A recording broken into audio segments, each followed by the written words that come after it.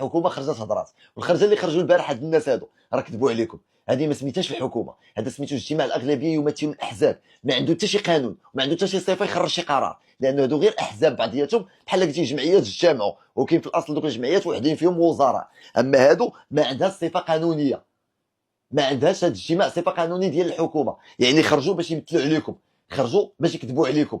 حيت رئيس الحكومه قالت لي فاطمه الزهراء المنصوري يخرج كحكومه مثلا غيقول لها خصو يخرج بيتاس، قال لها لا ما نخرجوش، ما نحرقوش، نحرقوا حنا راسنا. الاستقلال طافي ما كاينش كاع. على الاقل بعدا شفنا فاطمه الزهراء المنصوري اليوم في مراكش كتقول لكم باننا فشلنا، كون ما فشلناش ما نشوفوش الناس في الشارع. ها هي خرجت معاك البارح وهي كانت شجاعه عليك، اليوم خرجت كتعترف، ومازال كتروج اخبار ما عرفناش واش ممكن ينسحبوا من الحكومه ولا لا. هضره كدور في مواقع التواصل الاجتماعي وانا استبعدها بتاتا ان البام ياخذ هذا الاجراء هذا. السي الطالبي العالمي هو كان معاهم، بس تعرف بان الطالبي العالمي ماشي جزء من الحكومه، راه كيتفلاو عليكم، راه كينصبوا عليكم هاد الناس هاد. راه كون كان عندنا فعلا شي مقتضيات في الدستور صحاح ومقادين، قسما بالله حتى هاد الناس هادو خصهم يمشيو للحبس.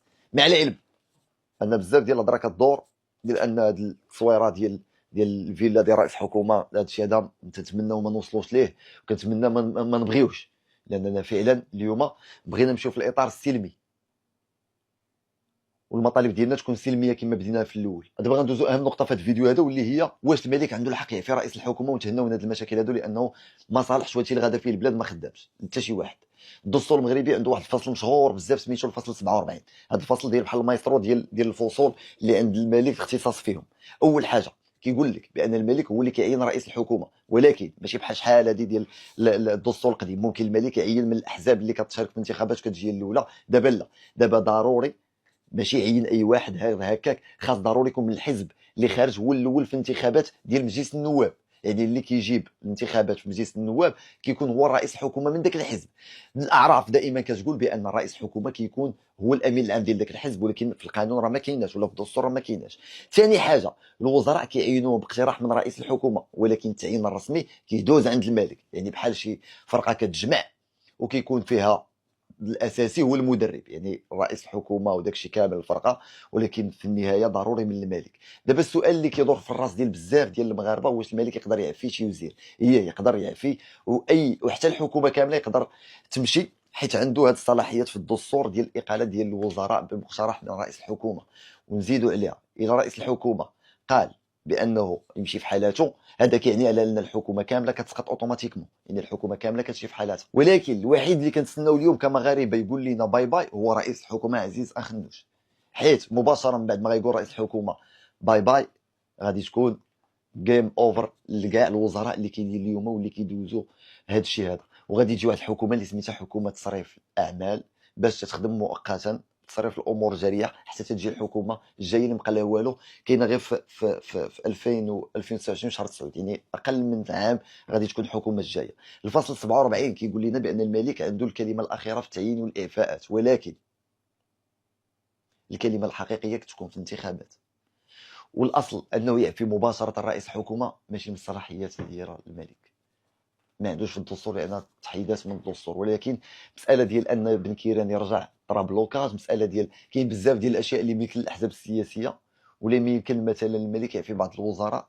على الاقل دابا اليوم حنا المغاربه ما كاينش مطلب اخر من غير الاعفاء ديال هذه الحكومه هذه، والاصلاح ما يمكن اصلاحه او انقاذ ما يمكن انقاذه في المجال التعليم، بخصوص ذاك المدارس الرياضه اللي جابها لنا هاد الملصصات، ولا مدار ولا مساله ديال التعليم اللي الصحه اللي غير في كورونا.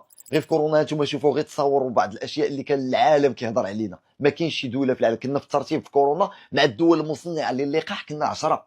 غير في كورونا صافي، غير البارح ملي كنقول غير كورونا ماشي زعما مصطلح بسبب الوقت، مي ملي كنقولوا كورونا راه كانت من الدول اللي فريمون اللي كلات فيها العصا العالم كامل.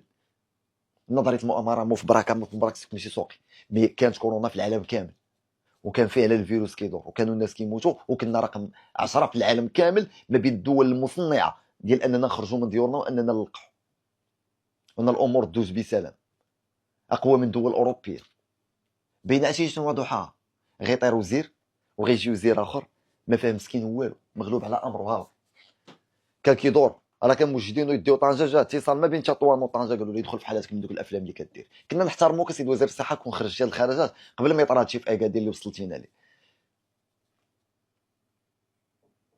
ماشي غريب ان كنشوف بان واحد القوانين ديال الصحه واحد المارشيات مبلوكين من الحكومه ديال العثماني.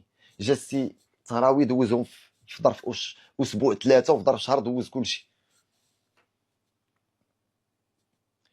الغريب في الامر انا مازال كنسمع رئيس الحكومه كيهضر على المغاربه وكيقول لهم كلشي فرحان. كنشوف كنعرف الناس وكالاغلبيه يعني السحيقه كلها فرحان. والغريب والاغرب نهار مشى للحوز باش يقول لهم الناس راه ساكنين، شافهم بحال السياج وكانت رساله واضحه وان دوك الناس بحال شي محميه، بحال في شي حديقه الحيوانات. قدر الله ما شاء فعل. يا ربي يا ربي تحفظ بلادنا يا ربي. راه ما مستعدينش، ما عنديش شي كلمه نقدر نعبر بها على هادشي اللي طرا. قدر الله ما شاء فعل.